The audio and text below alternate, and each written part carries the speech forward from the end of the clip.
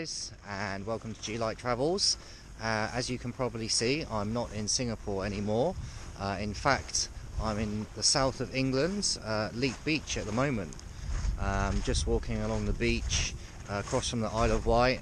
So I'll give you a quick look of the view at the moment. It's quite nice and calm today.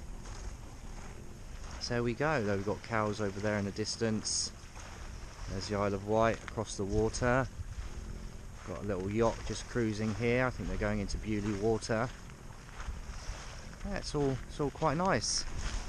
Nice and chilly, that's for sure. Anyway, in today's video, I would like to talk about the differences of living as an expat and moving back to your home country. I'm sure a lot of you watching are possibly working or living abroad and may have been contemplating moving back to your home country. And yeah, I'd like to share with you a bit of my experience as we've recently relocated back from Singapore to the UK. So first of all, I'd just like to talk about schooling. So if you're living abroad, you, like Singapore for example, you have two options. You have the option of sending your kids to international schools, or putting them in the local schooling route.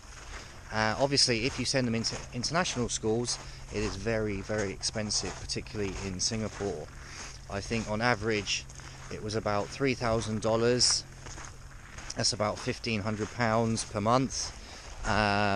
Or if you want to send them to a mid-range one, it's about $1,500, approximately £700 per month. So yeah, either way, it's pretty damn expensive. Then of course you've got the local schooling route, which yeah, in Singapore, academically at least, is a pretty good option. But of course, if you move back to your home country, it's all free. There are private schools, but there are a lot of very good government schools as well. So that was one of the motivating factors for us to relocate back to the UK. Oh, getting out of breath now. So let's talk about health next. So whilst you're living abroad, if you're working with a decent company, you should be getting a decent health insurance. At least that's what I was getting with my company, and I know a lot of my colleagues were. But if you didn't have insurance, then yeah, you would be paying a lot for any kind of medical cover, particularly in Singapore, where that type of thing is very, very expensive. And of course here in the UK, we've got the wonderful NHS. So it's always nice to know you've got that safety blanket of the NHS if you get sick and you can't afford any medical cover yourself.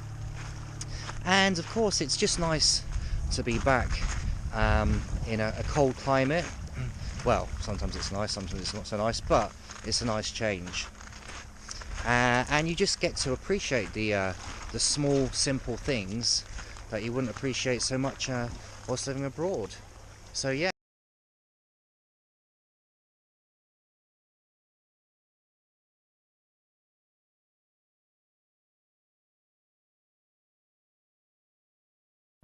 So at the end of the day, there are a lot of advantages of obviously living abroad, particularly in hot tropical climates.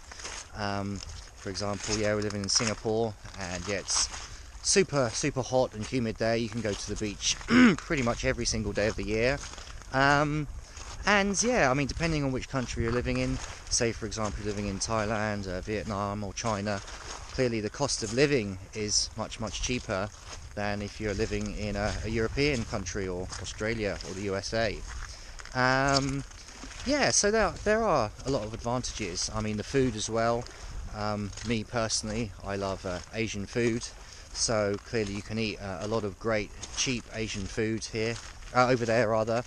But of course the food is definitely improving in the UK, isn't it? So yeah, I think that's about it, guys. Hope you enjoyed this video. If you enjoyed it, please like, comment and subscribe. And yeah, stay tuned for plenty more videos coming up. Thanks a lot, bye for now.